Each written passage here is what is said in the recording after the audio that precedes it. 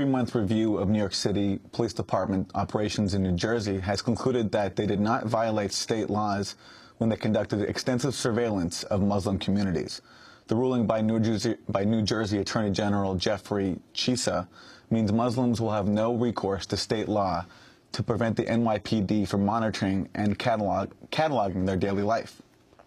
The decision has angered Muslim groups who are seeking an end to the cross-border police operations. The Associated Press first revealed how a once covert NYPD surveillance program targeting Muslims had extended far beyond New York and throughout the Northeast. The Associated Press reports exposed the vast operation built by the NYPD to monitor Muslim neighborhoods after 9/11. The revelation sparked a national controversy as more details revealed that hundreds of mosques, businesses, and Muslim student groups were investigated, monitored, in many cases infiltrated. Police used informants known as mosque crawlers to monitor sermons, even without any evidence of wrongdoing. Also falling under the NYPD scrutiny were imams, cab drivers, food car vendors.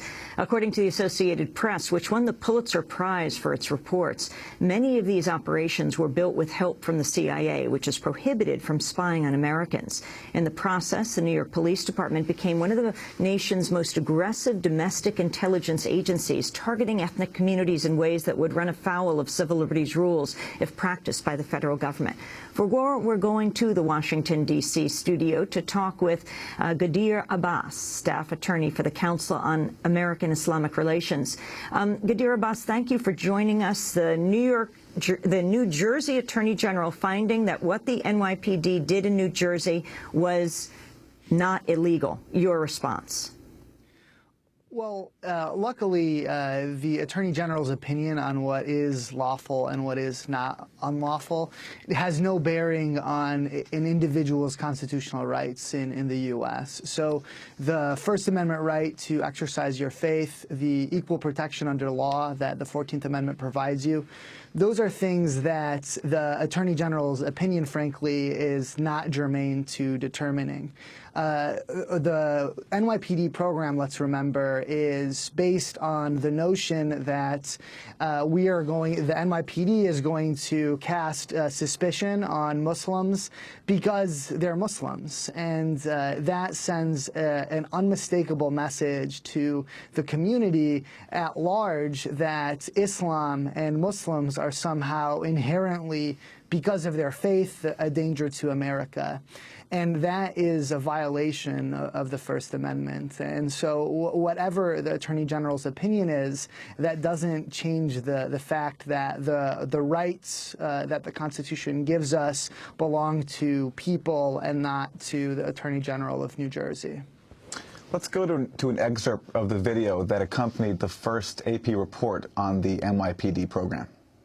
At this New Brunswick, New Jersey apartment, an alarming scene was found inside Unit 1076. Terrorist literature strewn about and a wealth of computer and surveillance equipment. But this wasn't the command center of a terrorist cell. The materials belonged to a secret team of NYPD intelligence officers, a unit operating miles outside its jurisdiction. Now, Ghadir Abbas, what do you know were the actions that the NYPD conducted in New Jersey? So, for instance, in Newark, New Jersey, the NYPD conducted a wide-ranging program of mapping the Muslim community. So this involved analyzing what the Muslim community comprised, its institutions, the businesses that cater to the Muslim community, and it conducted what is essentially a comprehensive analysis of the Muslim community in Newark. And in order to conduct this analysis, that involved in Newark and in other places, placing informants in mosques, as well as deploying NYPD officers to take pictures of those mosques, to write down license plate numbers of cars parked in those mosques, and to be what the NYPD has termed on their listening posts. So NYPD officers and informants strategically placed throughout the community not to uncover criminal wrongdoing, but to establish a infrastructure of continuously monitoring the community, and that is what has caused such a negative effect on the Muslim community in New Jersey and New York and beyond.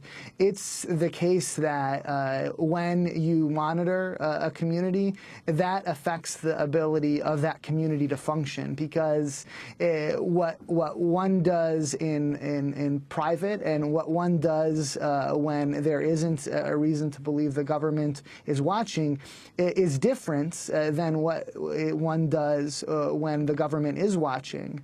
And for years, since September 11th, American Muslims everywhere in the New Jersey and New York area included have long harbored the suspicion that the government and law enforcement is listening. And the revelations of the NYPD program really confirm that, yes, in fact, law enforcement is listening. And it's not only a violation of American Muslims' constitutional rights, but it is an egregious waste of resources that the NYPD is spending time and money monitoring the innocuous religious exercise of the Muslim community in New Jersey and New York and beyond. Earlier this year, New York City Mayor Michael Bloomberg addressed students at Yale University. He defended the NYPD surveillance program. We have to keep this country safe. This is a dangerous place. Make no mistake about it. It's very cute to go and to blame everybody and say we should stay away from anything that smacks of intelligence gathering. The job of our law enforcement is to make sure that they prevent things, and you only do that by being proactive. You have to respect people's right to privacy. You have to obey the law. And I think the police officers across this country, at a federal level, state level, and city level, do that. But having said all of that, you have to be, you are not going to survive. You will not be able to be a journalist and write what you want to say if the people who want to take away your freedoms are allowed to succeed. That was New York Mayor Michael Bloomberg, interestingly speaking at Yale, where students were under surveillance, objected to by the Yale president when he learned of this, Richard Levin, who issued a statement. Ghadir Abbas, your response to Mayor Bloomberg. I think it's worth exploring the assumptions of Mayor Bloomberg's statement. His thought is that we need to be preventing acts of violence rather than reacting to them.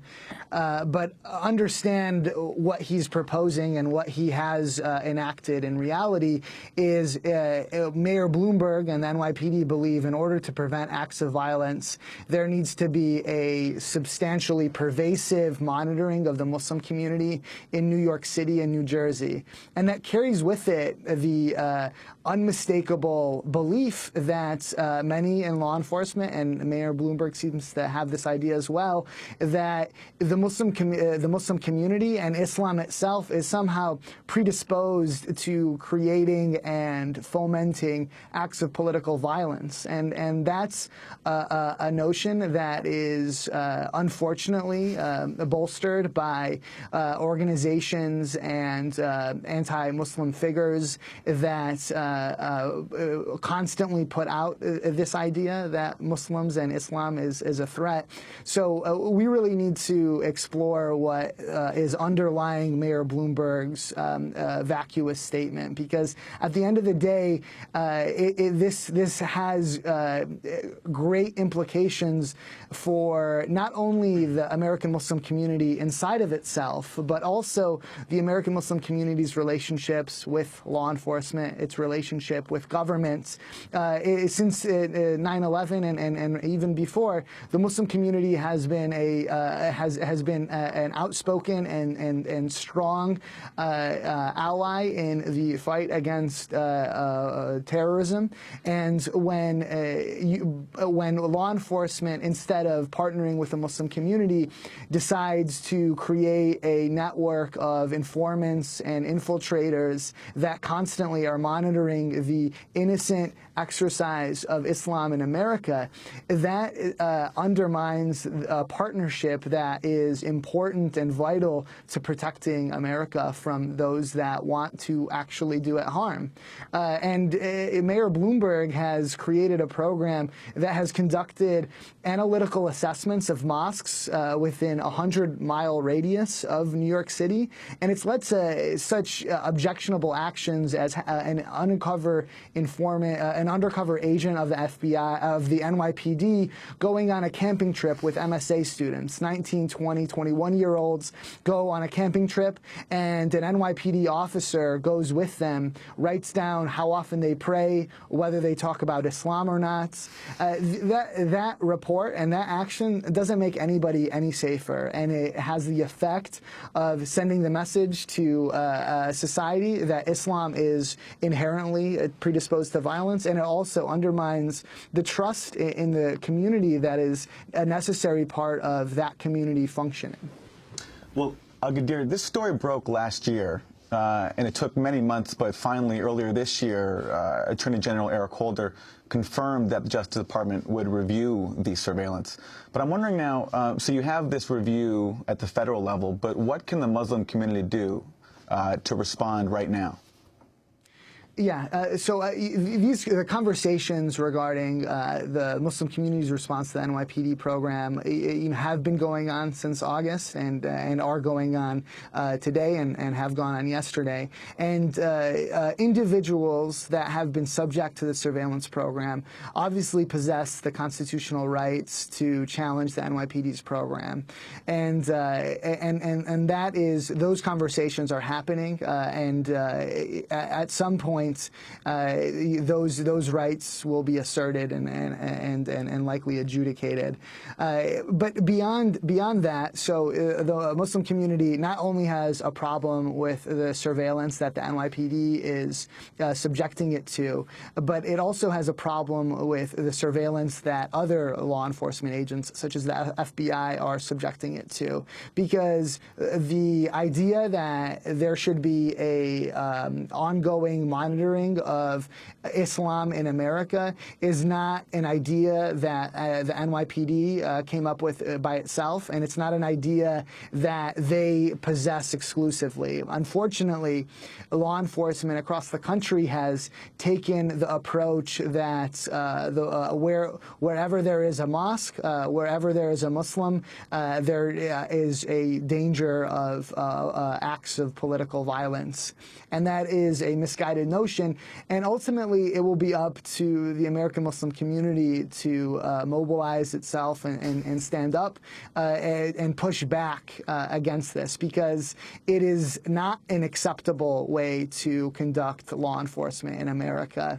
It does have great ramifications for the American Muslim community and beyond, and it will ultimately, because the American Muslim community is essentially the leading edge of being subject to these misguided, unconstitutional practices, it will be the contribution of the American Muslim community to revitalize these notions of restraints on law enforcement. But Ghadir Abbas, what does it mean that the Attorney General of New Jersey now has said that nothing was illegal, as we come back to the original question? Yeah.